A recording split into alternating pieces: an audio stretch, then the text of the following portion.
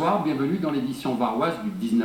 Nous sommes à Cuers au lendemain des élections municipales. Cette commune de plus de 10 000 habitants, tenue par le Parti communiste depuis 12 ans, a basculé à droite avec un nouveau maire investi par l'UMP, qui est Gilbert Perugini. Réponse après les autres faits marquants du jour. La grogne se poursuit dans l'enseignement public. Aujourd'hui, près de la moitié des professeurs du second degré étaient en grève, selon les syndicats.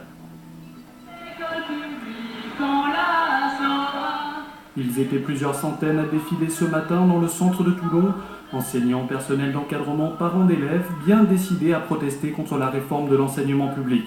Les syndicats dénoncent la suppression de plus de 130 postes à la rentrée prochaine dans le Var. De nombreux profs auraient par ailleurs à changer d'établissement. C'est quand même pas rien une mesure de cas. Même si un fonctionnaire ne perd pas son travail, il perd son poste et il peut être muté très loin. Après, le fait de fermer des centaines de postes, c'est enlever aussi des moyens d'enseignement. Les élèves, ils le savent, de toute façon, ils vont perdre des options, ils vont perdre du temps, ils vont être dans des classes plus chargées. Les lycéens justement étaient venus nombreux ce matin grossir les rangs des manifestants. Des postes en moins signifient pour eux plus d'élèves par classe et moins de choix pour étudier. Et au lycée Rénoir, on perd des options, on perd des heures. Dans une zone rurale, c'est quand même dramatique. Depuis le CBE, j'ai jamais vu autant de lycéens lors d'une manifestation. C'est assez énorme, donc je pense qu'ils sont largement conscients et que des actions vont être à poursuivre par des lycéens. Demain, ce sera au tour des enseignants du premier degré et des maternelles de se mobiliser. Ils ont prévu de se retrouver à 18 h à la Bourse du Travail. Pas de légionellose à la patinoire de la Garde. 3 semaines après avoir effectué des prélèvements, les résultats présentés hier sont négatifs. Malgré les risques supposés de légionellose, la patinoire est restée ouverte pendant 3 semaines et pour cause. Si ces risques ont existé selon les responsables, ils n'ont jamais concerné l'intérieur du site, mais l'extérieur, cette tour aéro-réfrigérante.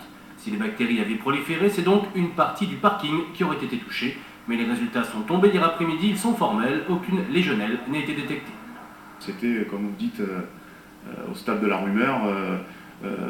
Sincèrement, je trouve que agir sur un domaine qui est la santé et faire naître de la peur chez des gens alors que ce n'est pas du tout le cas, c'est quelque chose qui est assez révoltant. Révoltant aussi pour le gestionnaire qui a vu une psychose s'emparer des utilisateurs. Des annulations, des fax tous les jours, les scolaires qui les téléphonaient pour dire on ne viendra pas pendant quelques temps, on va attendre les résultats, les gens qui avaient fait des réservations qui annulaient, les anniversaires qui annulaient, le public qui ne venait plus. On n'avait plus qu'un jour de vacances, qu'un jour de calme. La piste était disponible pour beaucoup plus de monde, malheureusement le monde n'était pas là. Toute l'année, ce sont près de 4000 scolaires qui fréquentent la glace, plus les clubs et le grand public. Important coup de filet dans le milieu de la drogue.